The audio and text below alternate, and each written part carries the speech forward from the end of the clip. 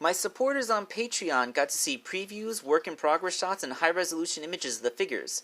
If you want to join them, all you gotta do is donate even the smallest amount. Link is in the description below.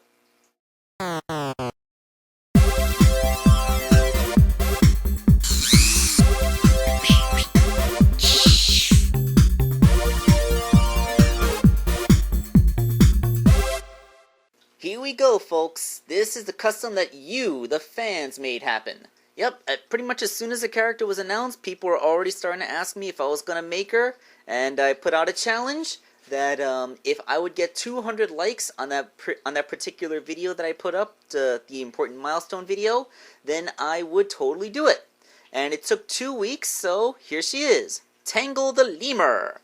Okay, now, before I get into properly making this Tangle figure, I want to address something about the fandom community. It seems that there's already a growing group of people that hate her for no reason other than the fact that they think that she's a replacement for Princess Sally.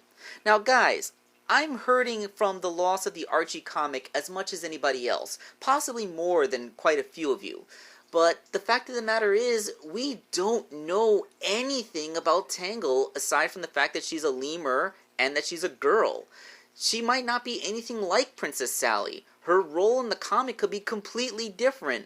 And quite frankly, yeah, she's literally just a different character from a new comic.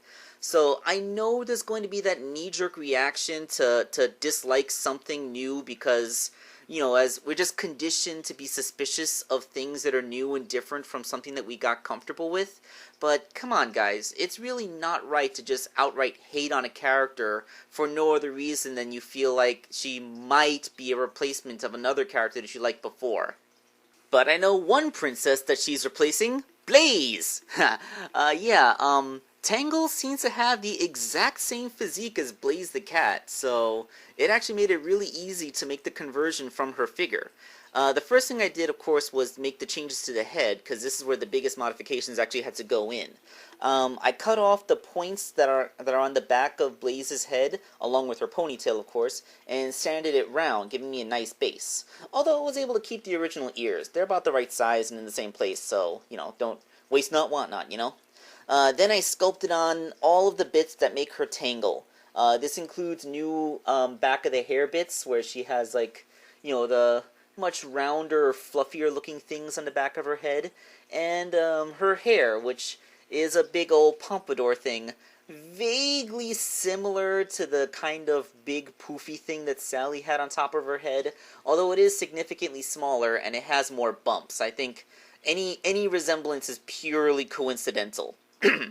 Of course, Tangle is primarily white on the head, with some gray and slightly darker gray highlights, and she has light purple eyes, so with all that done, we have a Blaze head that now looks like Tangle's head. Aside from the fact that, you know, Blaze has 2 big old eyelashes and Tangle only has 1 big eyelash. Modifications to the body were comparatively much lighter. I just had to sculpt on a tiny little tuft of fur that comes out of Tangle's chest, and then the rest of it is painting to look like that loose-fitting yellow tank top that she has on top of what looks like it kind of looks like she's wearing a spandex onesie or a unitard of some kind, except it doesn't have sleeves. And then she puts on this tank top on top of it. That seems to be the outfit that she has going on. It kind of makes me think that Tangle's going to be a rather athletic character, because this does look like workout gear.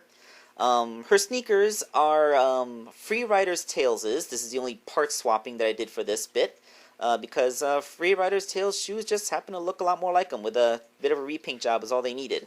The gloves, she has these big pads in the back of her gloves, and we got a little tiny bit of Sonic Boom influence in that she has some like sports tape stuff wrapped around her forearms.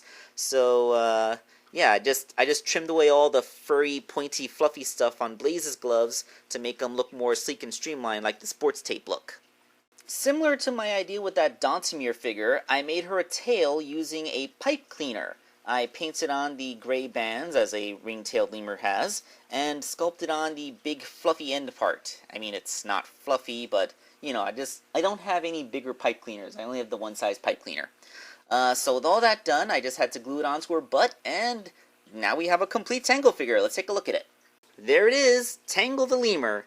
It's funny how when you take away Blaze's coattails, that little gap of a midriff that it leaves behind actually helps to replicate the look of Tangle's baggy tank top, doesn't it? So yeah, that's nice that worked out that way. But yeah, that's Tangle. Wasn't I right when I said that Blaze had pretty much the exact same physique? Which I guess makes sense because Blaze is more... She's a character straight from the video games and not from a cartoon adapted into a comic book that never actually made it to the video games, except for that one brief little cameo in the Genesis game that wasn't even made by the Japanese branch. But I'm rambling now. Tangle... She is a very fine-looking character. She blends in with the style of Sonic characters very well, and assuming that the rest of the characters from the IDW comic that are coming up keep with this design aesthetic, it should actually be more comfortable to fans of the video game than Sonic Boom was. So, yeah, I thank you all for watching this video and for giving me those likes that made this Tangle figure come into being. I'm still a little bit shy at 10,000 subscribers, so remember to subscribe if you haven't. And I will catch you on my next video. This is Wake Angel 2001, signing off.